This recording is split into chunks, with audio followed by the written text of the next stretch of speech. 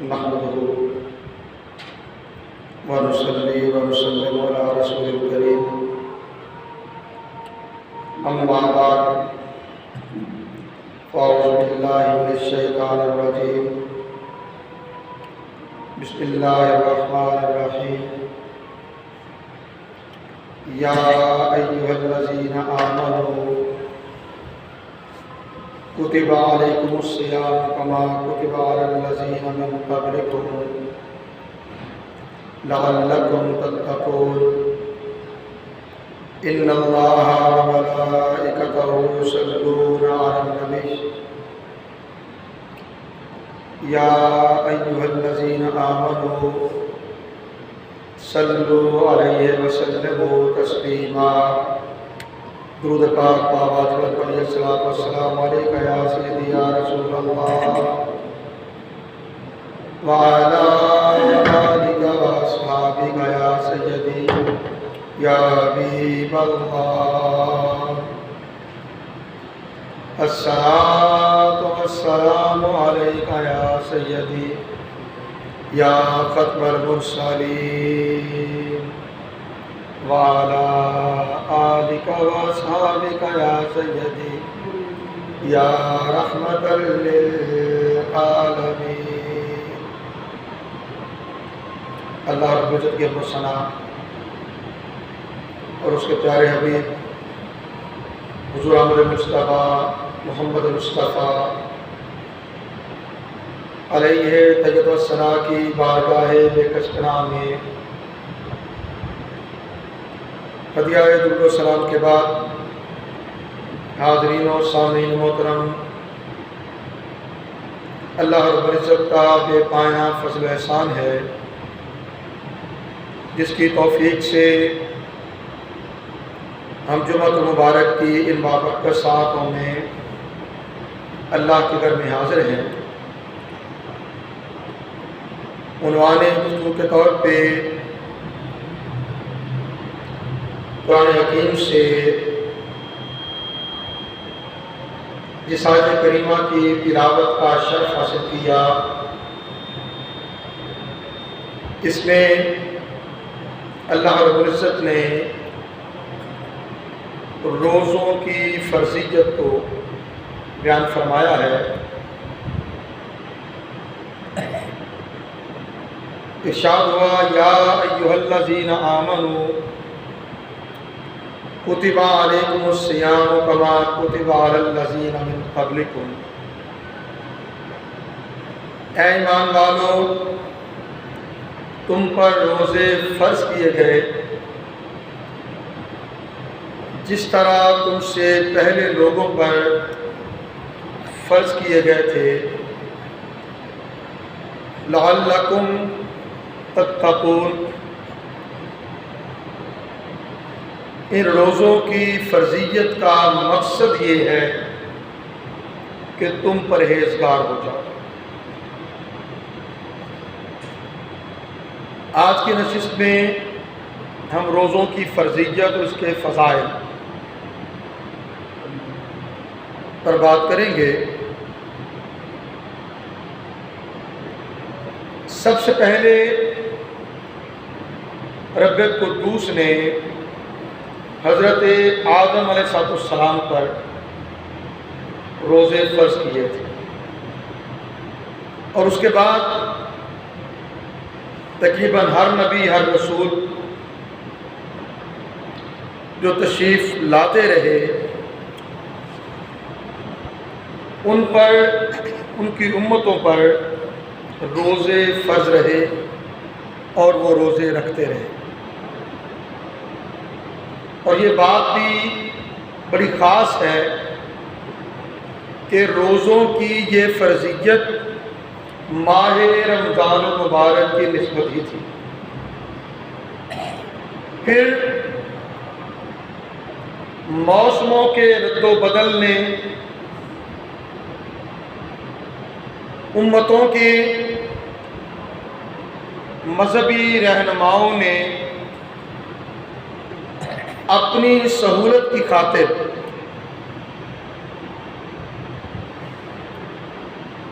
کچھ دنوں میں بڑھانے والا کام، کم کرنے والا کام، تو موسم کے اعتبار سے کہ گرمی کی بجائے ٹھنڈے موسم میں ہو جائے تو ہم 29 یا 30 کی بجائے 40 روزے رکھ لیں گے، 50 رکھ لیں گے، 60 رکھ لیں گے. اس طرح سلسلے مختلف زبانوں میں چلتے رہے. مقصود یہ کہ تمام امتوں پر روزے فرض رہے اور وہ کسی بھی انداز میں روزے رکھتے رہے. آج بھی اگر کہیں تو جو سامی مذاہب ہیں، یہودیوں میں بھی روزے فرض ہیں، نصارہ عیسائیوں میں بھی روزے فرض ہیں اور وہ روزے رکھتے ہیں. عدد میں فرق بہرحال ضرور ہے. رسول کونین صلی اللہ علیہ وآلہ وسلم ہجرت کر کے جب مدینہ تشریف لے آئے تو یوم عاشور کا روزہ اولاً فرض تھا. اسی طرح ہر ماہ میں 3 روزے جنہیں ہم ایام 20 کہتے ہیں، یہ روزے فرض تھے. مگر پھر غزوہ بدر سے کو 1-1.5 ماہ پہلے اللہ رب العزت نے ان روزوں کی فرضیت کو منسوخ کر دیا اور ماہ رمضان مبارک کے روزے فرض قرار دے دیے.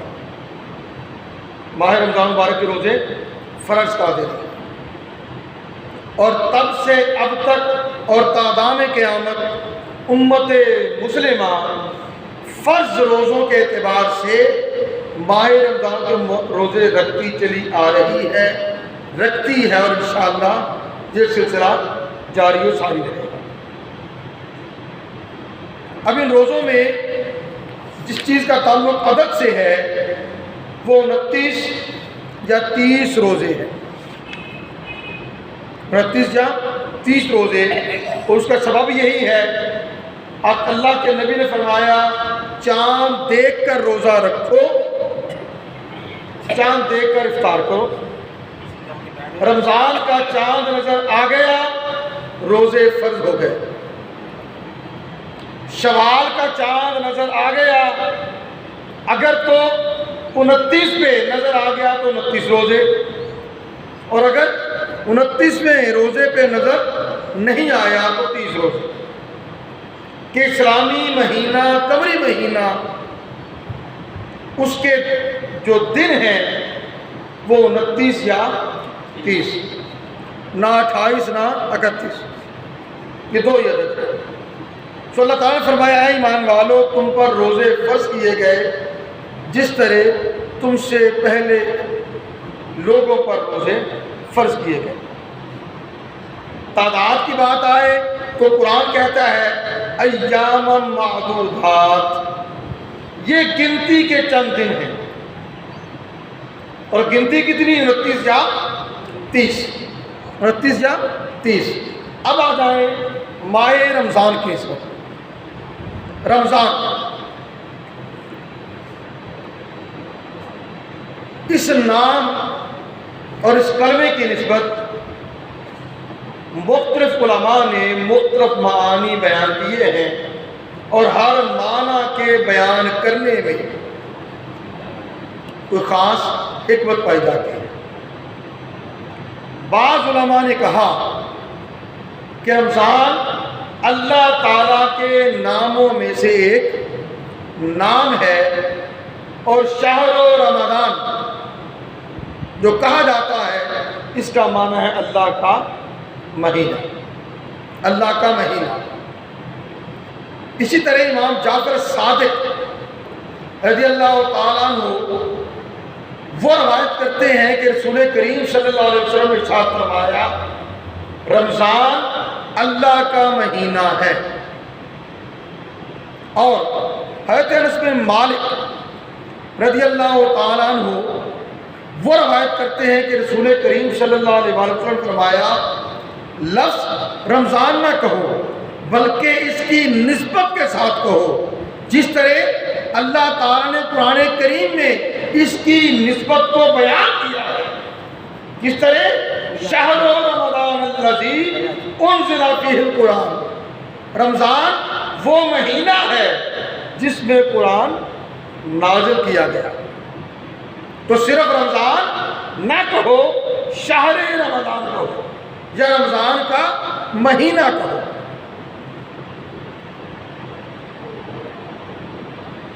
ابو عمر بن الصعب وہ کہتے ہیں کہ رمضان کی وجہ تسمیہ یہ ہے، یعنی اسے رمضان اس لیے کہتے ہیں کہ اس مہینے میں اونٹ کے بچے گرمی سے جھلس جاتے ہیں، گرمی شدت کی ہوتی ہے۔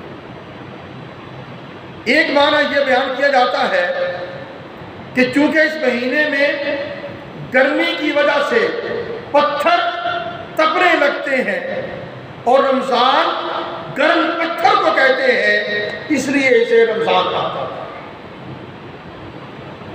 پھر یہ معنی بیان کیا گیا کہ اس مہینے میں گناہ جلا دیے جاتے ہیں، گناہ جلا دیے جاتے ہیں، یا رمضان گناہوں کو جلا دیتا ہے، لہذا اس نسبت سے اسے رمضان کہا جاتا ہے۔ اور بعض علماء محققین نے یہ بھی بیان کیا کہ رمضان میں نصیحت اور آخرت کی گرمی سے دل اس طرح متاثر ہوتے ہیں جس طرح ریت اور پتھر گرمی سے تپتے ہیں اور متاثر ہوتے ہیں۔ اب اس متاثر ہونے کا معنی سادہ سمجھ لیں،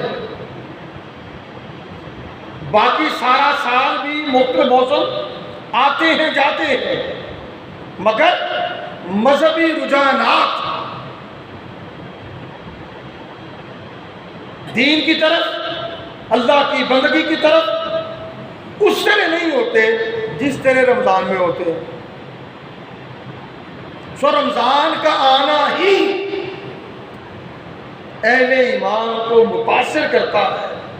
بہت سے بے نماز نمازوں کی پابندی کرنے لگتے ہیں، بہت سے گناہ گار اس لیے گناہ چھوڑ دیتے ہیں کہ رمضان کا مہینہ ہے،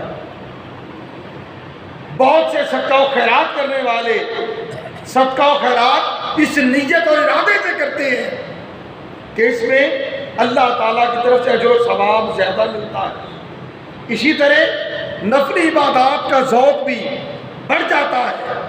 گویا رمضان آیا اور اس نے اپنے ماننے والوں پر یہ اثر کیا کہ وہ دین کی زیادہ بہتر انداز میں پیروی کرنے لگتے ہیں۔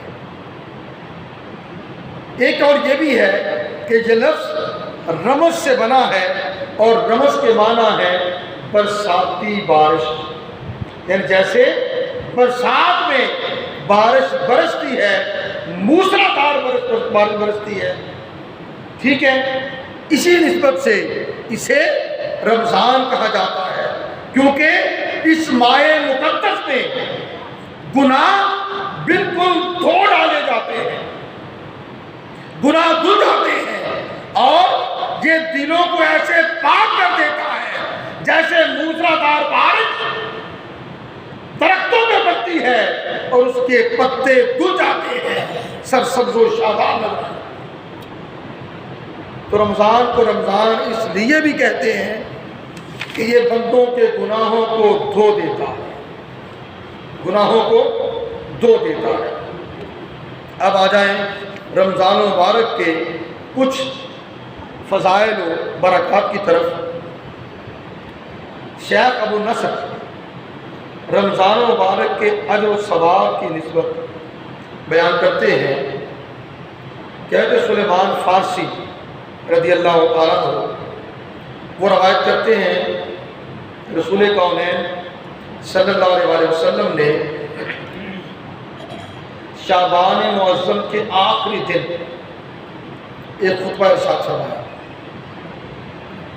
اور اس خطبہ میں اللہ کے نبی صلی اللہ علیہ وسلم نے فرمایا، اے لوگو، ایک عظیم المرتبت اور برکتوں والا مہینہ تم پر سایہ فگن ہو رہا ہے، جس میں ایک رات ایسی ہے جو 1000 مہینوں سے افضل ہے۔ اللہ تعالیٰ نے اس مہینے کے روزے تم پر فرض کیے ہیں اور اس مہینے کی راتوں میں عبادت کو افضل قرار دیا ہے۔ جس شخص نے اس مہینے میں ایک نیکی کی یا ایک فرض ادا کیا تو اس کا اجر اس طرح ہوگا جیسے کسی نے دوسرے مہینے میں 70 فرض ادا کیا۔ یہ مہینہ صبر کا مہینہ ہے اور صبر کا صلہ، صبر کا اجر جنت ہے۔ فرمایا یہ مہینہ نیکی پہنچانے کا مہینہ ہے اور اس مہینے میں مومن کی روزی میں اضافہ کر دیا جاتا ہے۔ یہ ماہ مقدس، اس کے افطار کی نسبت اللہ کے نبی صلی اللہ علیہ وسلم نے فرمایا جس نے کسی روزہ دار کو افطار کروایا اس کے گناہ بخش دیے جاتے ہیں، اس کی گردن جہنم سے آزاد کر دی جاتی ہے اور روزہ دار کے روزے کا ثواب بھی کم نہیں کیا جاتا اور اسی روزہ دار کے روزے جتنا اجر و ثواب اس روزے کے افطار کروانے والے کو دیا جاتا ہے۔ پھر آقا علیہ السلام سے صحابہ نے عرض کیا یا رسول اللہ صلی اللہ علیہ وسلم، ہم میں سے کسی میں یہ استطاعت نہیں ہوتی کہ وہ افطار کروا سکے، افطار پارٹیوں کا اہتمام کر سکے۔ تو اللہ کے نبی صلی اللہ علیہ وسلم نے ارشاد فرمایا اللہ تعالیٰ ہر اس شخص کو اجر عطا فرمائے گا جس نے ایک کھجور سے، ایک گھونٹ دودھ سے یا ایک گھونٹ پانی سے کسی کو روزہ افطار کرا۔ کیونکہ افطار کہیں تو افطار تو وہی ہے کہ جب سارا دن بھوکے اور پیاسے رہ کر جو پہلا پینے کی چیز کا گھونٹ پیا یا کھانے کی چیز کھا لی افطار ہو گیا، اس کے بعد وہ کھانا ہے، اس کے بعد وہ کھانا ہے۔ تو اللہ کے نبی صلی اللہ علیہ وسلم نے ایک گھونٹ یا ایک کھجور، وہ دودھ ہے یا پانی، اس سے افطار کروانے پر بھی روزہ افطار کروانے والے کے لیے یہ اجر بیان فرمایا کہ اسے بھی اتنا ہی اجر عطا کیا جاتا ہے جتنا روزہ دار کو اجر دیا جائے گا اور روزہ دار کے اجر میں کوئی کمی نہیں کی جائے گی۔ پھر رسول کریم صلی اللہ علیہ وسلم نے ارشاد فرمایا کہ یہ ایسا ماہ مقدس ہے جس کا پہلا عشرہ رحمت ہے، دوسرا عشرہ مغفرت ہے اور تیسرا عشرہ جہنم سے رہائی کا، تیسرا عشرہ جہنم سے رہائی کا ہے۔ پھر اس ماہ مقدس کی نسبت جو اعمال کرنے کے ہیں ان کی 4 مختلف جہتیں یا 4 چیزیں اس حوالے سے سیدی غوث العظم شیخ عبد القادر جیلانی نے بیان فرمائی۔ فرمایا اس ماہ مقدس میں 4 باتیں زیادہ سے زیادہ کرنا چاہیے۔ ان میں سے 2 باتیں ایسی ہیں جن سے تم اپنے رب کو راضی کر سکتے ہو اور 2 باتیں وہ ہیں جن کی تمہیں ضرورت ہے۔ وہ 2 باتیں جن سے رب تعالیٰ کو راضی کیا جا سکتا ہے، آپ فرماتے ہیں یہ بات کی گواہی دینا کہ اللہ تعالیٰ کے سوا کوئی عبادت کے لائق نہیں، گویا کلمہ طیبہ کا ذکر، کلمہ طیبہ کا ذکر، کلمہ شہادت کا ذکر۔ اور دوسری چیز فرمایا اپنے رب تعالیٰ سے مغفرت طلب کرنا، اس سے معافی مانگنا۔ پھر 2 باتیں جن کی تمہیں ضرورت ہے، ارشاد فرمایا یہ کہ اللہ تعالیٰ سے جنت طلب کیا کرو، اللہ تعالیٰ سے جنت طلب کیا کرو، اور دوسری چیز اللہ تعالیٰ سے جہنم سے رہائی مانگا کرو، جہنم سے رہائی مانگا کرو۔ حضرت ابو سعید خدری رضی اللہ تعالیٰ عنہ سے روایت ہے کہ رسول کونین صلی اللہ علیہ وسلم نے ماہ رمضان مبارک کے فضائل و برکات بیان کرتے ہوئے ارشاد فرمایا کہ ماہ رمضان کی پہلی رات کو آسمان اور جنت کے دروازے کھول دیے جاتے ہیں اور آخری ماہ رمضان مبارک تک بند نہیں کیے جاتے۔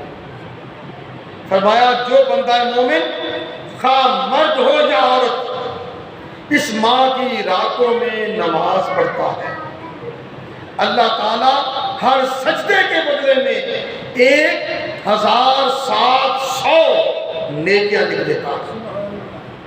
اس کے لیے جنت میں سرخ یاقوت کا ایسا مکان تعمیر فرماتا ہے جس کے 1000 دروازے ہیں، اور ہر دروازے کو جو دروازہ لگا ہے وہ سرخ یاقوت سے مرصع اور سجا ہوا۔ فرمایا جس شخص نے اول سے آخر تک ماہ رمضان کے روزے رکھے، اللہ تعالیٰ اس کے تمام گناہ معاف فرما دیتا ہے اور ان روزوں کو دوسرے ماہ رمضان تک کا کفارہ بنا دیتا ہے۔ فرمایا اس لیے ہر روز اس کے لیے ہر روز جنت میں محل تعمیر کرواتا ہے۔ وہ محل کیسا ہے؟ جس کے سونے کے 1000 دروازے اور 70,000 فرشتے صبح و شام اس کا انتظار کرتے ہیں۔